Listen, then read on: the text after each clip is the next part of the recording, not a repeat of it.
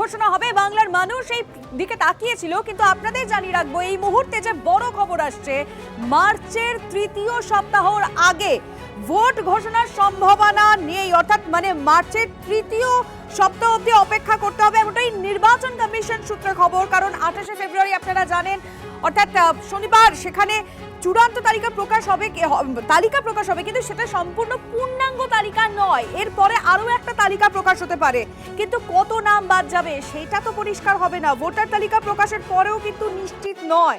মার্চের দ্বিতীয় সপ্তাহ গড়াতে পারে নথি যাচাই পর্ব। আমি কথা বলবো আমাদের রিপোর্টার জ্যোতির্ময় কর্মকার আমাদের সঙ্গে রয়েছে। জ্যোতির্ময়, এই যে ভোট ঘোষণার দিন ঘোষণা যেটা হবে, সেইটা পিছানোর কারণ কি সম্পূর্ণভাবে এসআইআর? দেখো, ভোটের দিন কবে ঘোষণা হবে তা প্রথম থেকে জানানো হয়নি, স্বাভাবিকভাবেই তাই সেই দিন পেছানো হচ্ছে এমনটাও বলা যায় না। কিন্তু আমরা একটা টেন্টেটিভ সময় যা পাচ্ছি যে মার্চের তৃতীয় সপ্তাহে ভোটের দিনক্ষণ ঘোষণা হতে পারে। তার কারণ 1 মার্চ কমিশনের একটি প্রতিনিধি দলের আসার কথা ছিল পশ্চিমবঙ্গে, তারা সেই বৈঠক স্থগিত করেছে। সেই বৈঠক হবে এবং তার পরবর্তী ক্ষেত্রে রাজ্য প্রশাসনের সঙ্গেও কয়েক দফায় আলাদা আলাদা করে বৈঠক করতে হবে কমিশনকে। সেই বৈঠক যতক্ষণ না হচ্ছে ততক্ষণ পর্যন্ত পরিকাঠামো প্রস্তুতি কখনোই সারা সম্ভব নয়। কিন্তু তার থেকেও যে বিষয় গুরুত্বপূর্ণ, 28শে ফেব্রুয়ারি চূড়ান্ত ভোটার তালিকা বেরোনোর পরও সাপ্লিমেন্টারি লিস্ট বেরোতে থাকবে। এই সাপ্লিমেন্টারি লিস্ট বেরোতে যথেষ্ট সময় লাগবে। তার কারণ সুপ্রিম কোর্টে কমিশনের তরফে এবং কলকাতা হাইকোর্টের প্রধান বিচারপতি চিঠি থেকেই স্পষ্ট যে সেই কাজ যথেষ্ট সময় সাপেক্ষ, অর্থাৎ এই ভেরিফিকেশন প্রসেস শেষ করতে কিছুটা সময় লাগবে, যা মনে করা হচ্ছে যে আরও 3 থেকে 4 সপ্তাহ লাগতে পারে। স্বাভাবিকভাবেই ন্যূনতম যা সময়, তাতে মার্চের তৃতীয় সপ্তাহ হয়ে যাবে ভোটের ফল ঘোষণা, ভোটের সময় বা নির্ঘণ্ট ঘোষণা করতে। ধন্যবাদ জ্যোতি।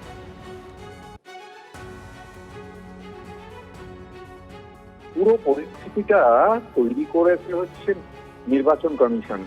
তারা তো পুরোটা জানতো যে কবে ভোট ঘোষণা করতে হবে এবং কি বিষয়। সুতরাং আজকে নতুন করে এই একই কথা আমরা প্রথম দিন থেকে বলে আসছি যে এই এত তাড়াহুড়োর মধ্যে এফআইআর করা সম্ভব নয়। কিন্তু তাদের সেই পরিস্থিতিতেই ফেলে দিল সম্পূর্ণভাবে তাদের জন্য। তবে নির্বাচন কবে ঘোষণা হবে সেটা আমাদের কিছু এসে যায় না। আমরা প্রস্তুত, যেদিনই নির্বাচন ঘোষণা হবে তৃণমূল কংগ্রেস মানুষের আশীর্বাদ নিয়ে আবার সরকার গড়বে। এই মুহূর্তে যে খবরের দিকে আমরা অবশ্যই নজর রেখেছি, কারণ এখন অবধি নির্বাচন কমিশন সূত্রে এই খবর আসছে, মার্চের তৃতীয় সপ্তাহের আগে বাংলায় ভোট ঘোষণা হবে না।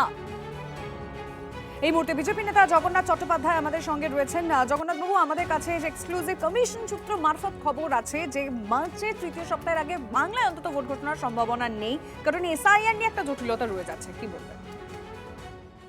দেখুন, রাজ্যে কখন নির্বাচন ঘোষণা হবে, কখন গণনা হবে, কখন সরকার তৈরি হবে, তার সম্পূর্ণভাবে দেশের নির্বাচন কমিশনের এখতিয়ারভুক্ত বিষয়। তাই নির্বাচন কমিশন কখন ভোট ঘোষণা করবে, কোন সপ্তাহে ভোট ঘোষণা করবে, সেটা নিয়ে আগাম ভবিষ্যৎবাণী করার কোনো অধিকার কোনো রাজনৈতিক দলের নেই। একটি বিষয় বলতে পারি যে আগামী 28 তারিখ সুপ্রিম কোর্টের নির্দেশে, সুপ্রিম কোর্টের নজরদারিতে যে এসআইআর এর কাজ চলছে, তাতে যখন প্রথম চূড়ান্ত তালিকা প্রকাশ হবে, আমার ধারণা নির্বাচন কমিশন পশ্চিমবঙ্গের মাটিতে তার প্রতিক্রিয়া দেখতে চাইবেন।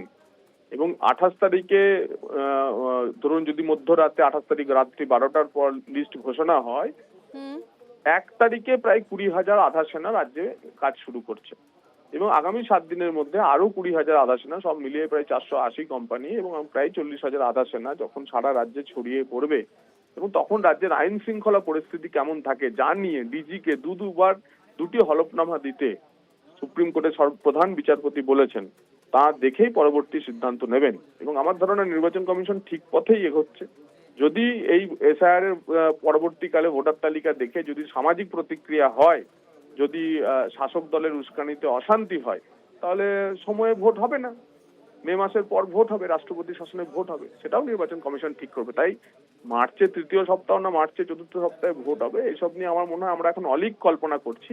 আদৌ 2রা মের মধ্যে ভোট হবে কিনা, সামাজিক প্রতিক্রিয়া কি থাকে ভোটার তালিকা প্রকাশের পর, তা দেখেই সিদ্ধান্ত নেবে নির্বাচন কমিশন। আপনাকে ধন্যবাদ।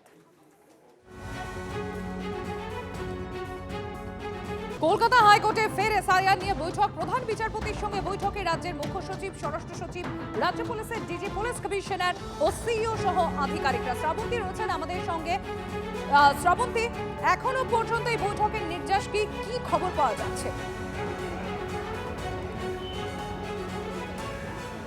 দেখো, ইতিমধ্যেই যে প্রায় 250 জন জেলা জজ তারা কাজ শুরু করেছেন। তাদের যেরকম একাধিক প্রশ্ন ছিল, গতকাল 500-এরও উপরে 524 জনকে নির্ধারণ করা হয়েছিল, সিলেক্ট করা হয়েছিল এরকম জুডিশিয়াল অফিসার। তাদের মধ্যে কেউ কেউ যোগদান করেছেন, তাদের একাধিক প্রশ্ন রয়েছে। সেই সমস্ত প্রশ্নগুলি নিরসন করতেই সিইও মনোজ আগরওয়াল, সুব্রত গুপ্ত তারা সকলেই এসেছিলেন। রাজ্যের পক্ষ থেকেও বৈঠকে উপস্থিত ছিলেন সিএস। বৈঠক কিছুক্ষণ আগেই শেষ হয়েছে। ডিজিপি তিনিও ছিলেন এই বৈঠকে। একটা কোঅর্ডিনেশনের মাধ্যমে কাজ শুরু করা যাবে বা কাজ শুরু হবে, এমনটাই তারা আশ্বাস দিয়েছেন। একাধিক প্রশ্নের উত্তরও দেওয়া হয়েছে, কোন সার্টিফিকেট কিভাবে দরকার রয়েছে ইত্যাদিগুলোও সেই বৈঠকে আলোচনা করা হয়েছে। বিশেষ পর্যবেক্ষক সুব্রত গুপ্ত তিনি আর কিছুক্ষণের মধ্যেই এখান থেকে বেরোবেন। এক প্রস্থ বৈঠক শেষ হয়ে গেছে এবং এর মধ্যে মুখ্য সচিব, সিইও তারা বেরিয়েও গেছেন। আজকের যদি এই 524 জনের মধ্যে কয়েকশো কাজ শুরু করতে পারেন, তাহলে কাজ অনেকটাই এগিয়ে যাবে বলে মনে করা হচ্ছে। সবরীতি, ধন্যবাদ শ্রাবন্তী, নজর থাকবে আমাদের।